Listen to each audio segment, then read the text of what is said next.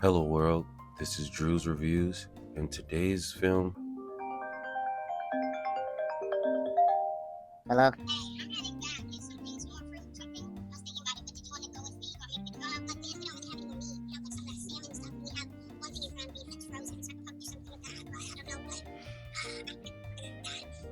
Well, I was recording right now, but I mean, it's up to you if you want to go.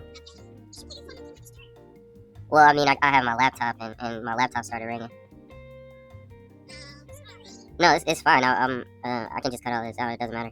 I was just saying, I wasn't saying because of any interruption. I was just saying, like, I'm recording, so it's better for you to just, if you want to go, just go ahead. Yeah.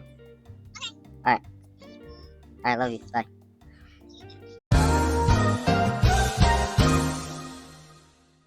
Hello world, this is Drew's Reviews, and today we'll be discussing Captain America Brave New World.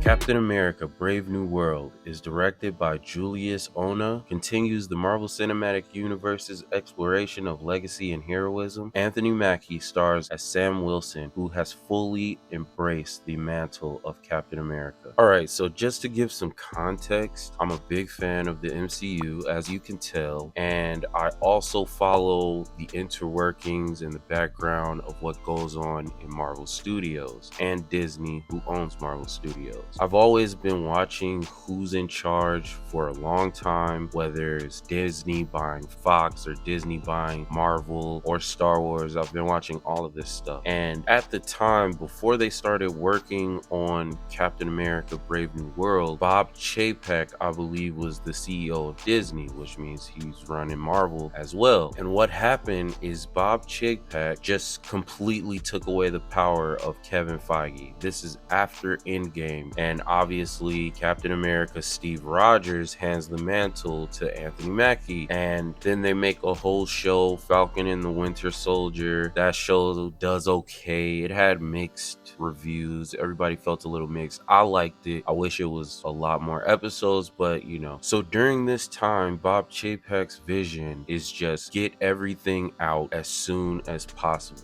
Just flood the market, all Marvel. Who cares about story? Just give them everything that we can, rush it out, get it out. And it just wasn't working, which is why Marvel has been on a downward trajectory since Endgame. If you talk to anybody, most people, they'll just say, I don't think I want to watch that Marvel movie, or I don't really care about those characters, so I'm not going to watch it. They've had no vision, and I believe that's partly because Kevin Feige has been on the background and pushed out of the way of running the studio how he was before. The reason why we got Endgame, or got to that climax, was due to Kevin Feige, the executive producer of all of these movies. It was his lead. It was his call for most of these movies, and not all of them were great, but they didn't have as many misses as they had hits before Endgame. So they ended up firing Bob Chapek and got the CEO back that was there before, I believe is Bob Iger. So now Bob Iger is running it, and so he put Kevin Feige back in the forefront. So Kevin Feige looks at all of the projects that they've been working on, and Captain America Brave New World was not looking great. I believe they ended up scrapping a lot of the story. They did a lot of reshoots. So going into this movie, I knew what to expect. I knew the story wasn't going to be as great. I knew that they did a lot of changing things around, and pretty much they threw this story at the wall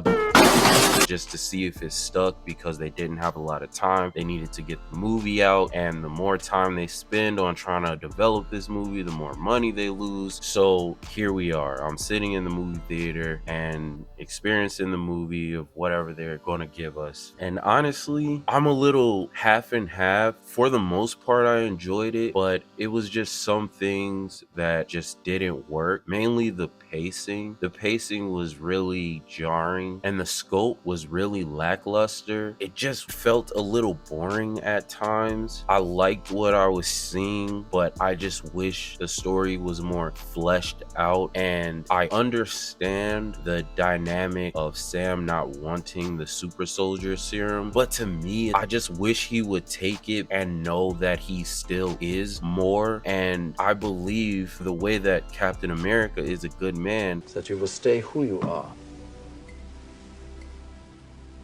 Not a perfect soldier, but a good man. he is also a good man. That's why Steve Rogers gave him the mantle. Thank you. I'll do my best.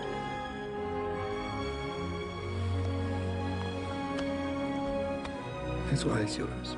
So I believe, in other words, that's Captain America saying, yes, you should become just more than what people see you as. And I believe that would give Sam Wilson more edge, and he'd have better fighting scenes. I believe they could have did a better job even without the super serum. The fighting choreography was super clunky. They could have did better at that. Just the way that it was shot, I believe they could have at least taken inspiration from like John Wick or Jason Bourne, different movies like that. They could have did way better choreography with this. It was a little slow, and we're already dealing with Sam Wilson being human, and he doesn't have the super soldier serum, so he's fighting through that. So to make the shots very clunky just makes Sam, to me, look more weak and not as invigorating and not as exciting. It just was very boring and a by the numbers choreography fight scene. There was this sort of Black Widow-ish character in the movie. She'd probably be 90 pounds soaking wet, and I mean, she was just throwing these 6', 240-pound guys around like they were little rag dolls,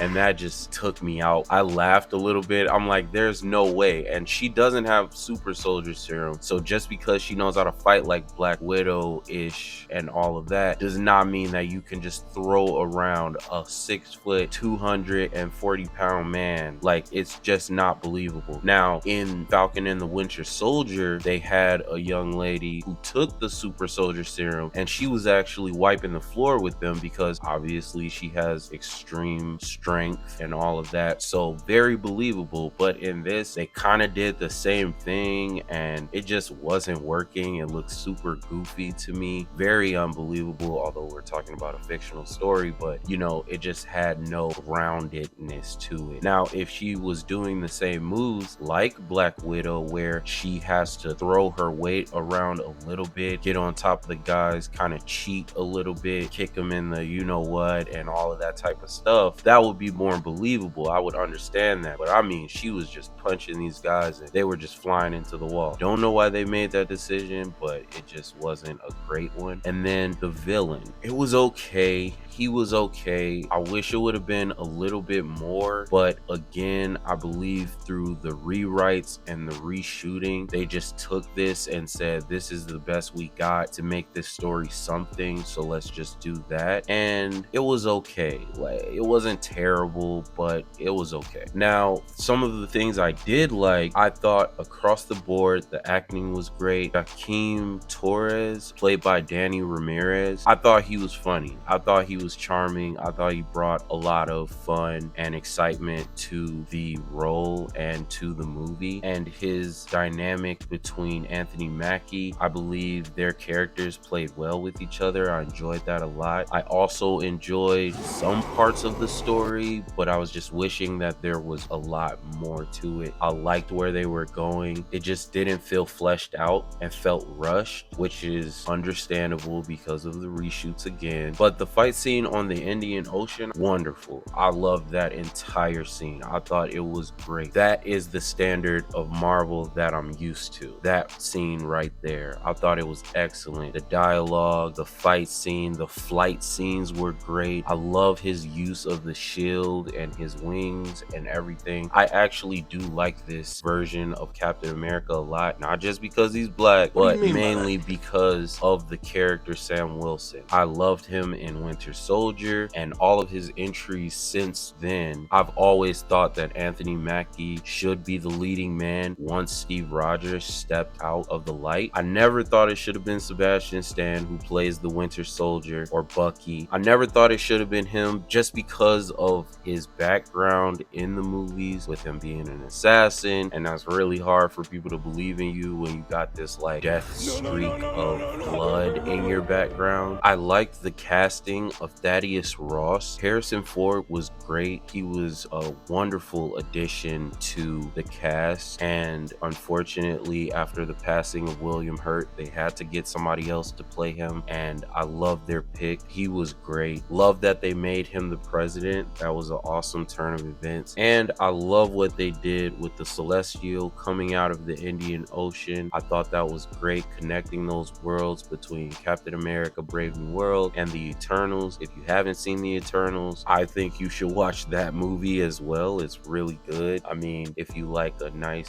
slow burn, but if you're not into it, you know, it's okay. But I like that they're connecting those worlds. For the past couple Marvel entries, it hasn't felt like things have been as connected as they were before Endgame, but I like that they're using this movie to kind of connect the worlds a little bit and also push for different narratives to happen in the future. Now it's starting to feel more of a collaborative universe, and I like that a lot. Now for me, I love Marvel, love the MCU. Not a huge Marvel comics fan. I'm more of a DC guy, low key, but when it comes to movies, I do think that the Marvel entries have been good. I've enjoyed my time up till now. They have let go on some of these movies, and again, I've explained why with the whole CEO thing going on, but I can't wait for the next entries that are coming up. We'll see how they do with Thunderbolts and then Fantastic Four. I'm very excited for both, so we'll see how that goes. I am going to give Captain America Brave New World a 6 out of 10. Now the reason I'm giving it that grade is I just feel it was very middling. It wasn't the best story I've seen. It wasn't the worst story I've seen. It was okay. It was something I can see myself going back to watch, but not just for the story, mainly for the actors and the action scenes. Obviously Anthony Mackie. I might buy it on Blu-ray. I don't know yet. We'll see. But I did overall enjoy myself, so I'm going to give it a 6 out of 10. Thank you for tuning in to my review of Captain America Brave New World. Please like, subscribe, and comment. I would love to see your feedback, and in case I don't see you, good afternoon, good evening, and good night.